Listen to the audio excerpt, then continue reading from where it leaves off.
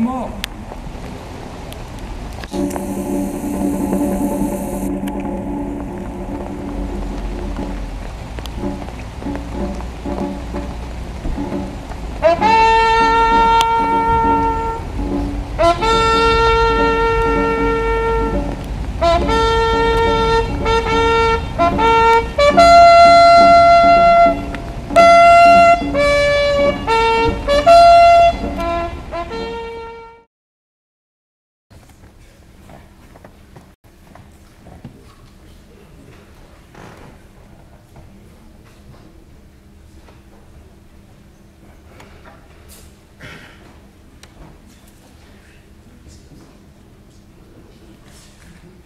Alors, bonjour Monsieur Stern, mon général Pierre Lang, princesse, Madame Mourir,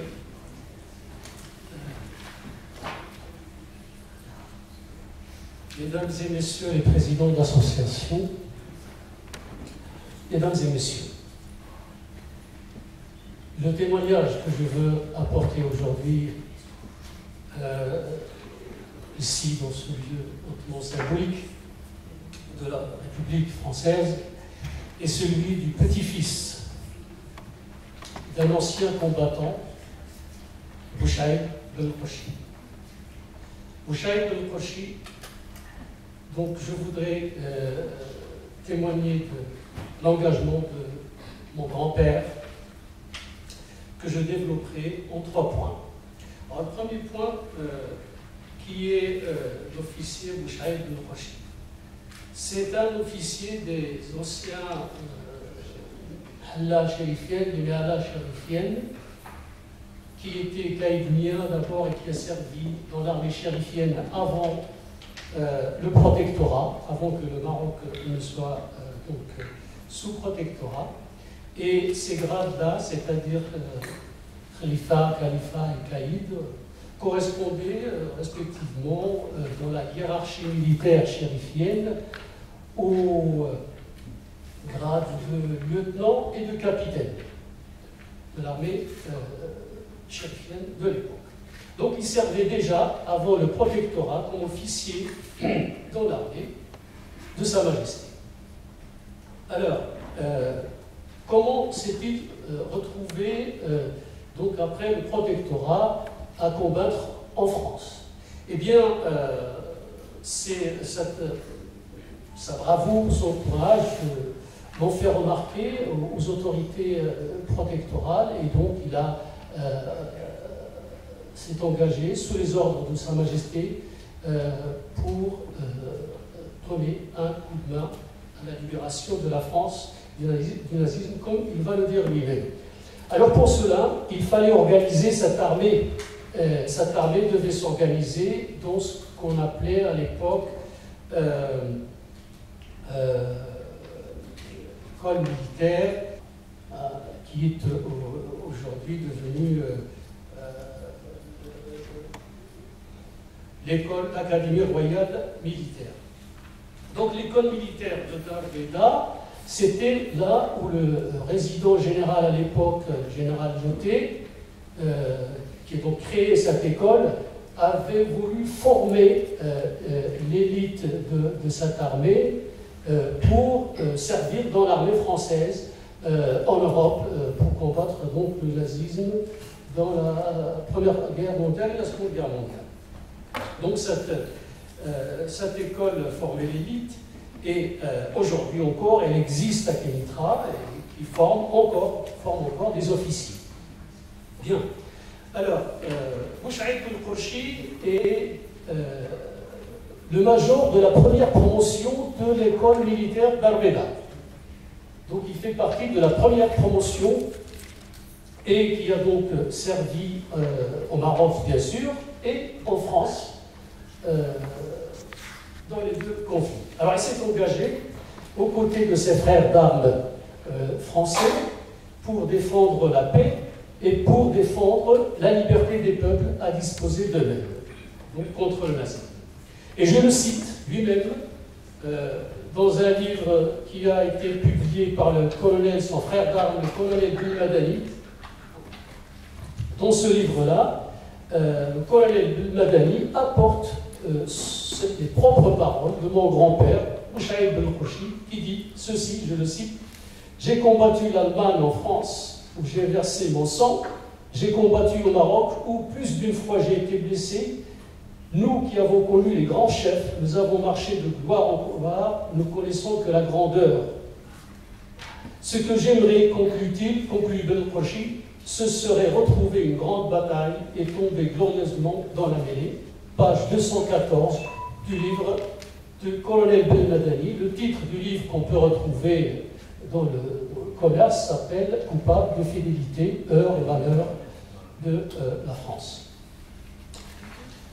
Alors, il s'est engagé donc dans les deux conflits. Il a été plusieurs fois cité, blessé pendant la guerre de 14-18, au cours de laquelle il se distingue par une éclatante bravoure. Mouchaïd Belkouchi reçoit la croix de chevalier de la Légion d'honneur sur le front de la Somme, la célèbre bataille de la guerre 14-18, donc, et au lendemain de l'attaque du 18 octobre 1915. Et donc cette bataille était connue pour la plus terrible de la Somme. Alors, à l'image de tout homme de paix soucieux de préserver l'unité et l'intégrité du pays, l'ancien combattant Mouchaïd Belkouchi n'a pas cessé d'œuvrer dans ce sens, à son niveau d'abord en tant qu'officier de l'armée chérifienne aux ordres de Sa Majesté Sidi Mohamed V, engagé dans les deux grands conflits, puis en tant que caïd Pacha pendant le protectorat, servant toujours son pays et son roi, comme le précise le colonel Belmadani, donc coupable de fidélité. Alors, les mauvaises langues et les mauvais esprits, bien sûr, il y en a. On ne peut pas qui s'ajoutent aux pseudo-historiens, non de la connaissance de l'histoire du Maroc et de la France que la propagande la plus misérable qui puisse exister, vomieront toutes les méchancetés possibles sur ces anciens combattants qui ont servi le Maroc et la France. Alors, Mouchaïd Belkouchi, je terminerai par là, dans les deux guerres, cet homme, donc, qui a, comme tous les anciens combattants et les hommes de bonne foi, mérite la gratitude de son pays, au rayonnement duquel il a participé en s'engageant dans l'armée chérifienne, puis dans la Légion d'honneur en France pour défendre la liberté des peuples. L'ancien combattant Mouchaïd Belkouchi, plusieurs fois médaillé au Maroc et en France. Je raconte quelques éléments des médailles qu'il a reçues dans ce livre que je viens de publier. La médaille du Wissam Alawite chérifien, on voit ici, en ce livre, que j'ai écrit à la mémoire de mon grand-père. On voit ici aussi dans ce livre l'image du livre de colonel Belmadani, coupable de vérité, heures et valeurs, France. Et puis, je voudrais aussi vous montrer l'image de l'ancien combattant Mouchaïd Belkouchi, qui était donc caïd Houara pour ramener la paix à cette localité dévastée par l'insécurité, le vol et le viol, et même le commerce des jeunes filles. Et c'était donc le Pacha caïd Houara Mouchaïd Belkouchi qui a ramené la paix dans cette localité et la prospérité. Je pourrais vous citer un article de presse datant du 24 juillet 1954, et dont j'en produis ici un facsimilé, et qui raconte donc la nomination dans la presse de l'époque, un journaliste de Rabat, qui raconte la nomination du caïd de Houara, Mouchaïd Belkouchi, l'ancien combattant, qui devient Pacha de Casablanca pour donc recevoir les personnalités et organiser les différentes réunions et l'arrivée de personnalités hautement politiques. Je voudrais terminer donc par cette réflexion. On pourrait se demander ce qu'on fait aujourd'hui pour la France, ceux qui stigmatisent et discriminent les enfants et petits-enfants des anciens combattants. La plupart de ces gens qui discriminent ou qui stigmatisent se sont contentés de naître en France. Ils se sont contentés de naître en France et profiter d'une liberté à laquelle ils n'y sont pour rien.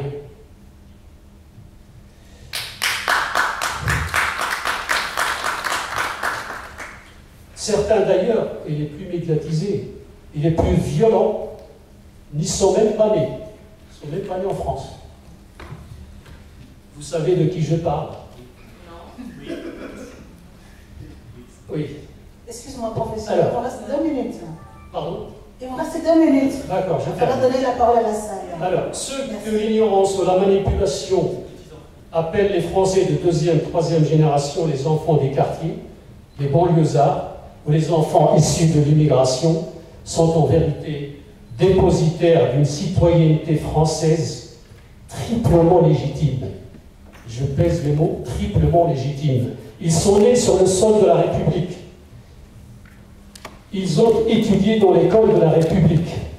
Leurs parents, aux grands-parents, ont versé leur sang pour que vive la France. Merci de votre écoute.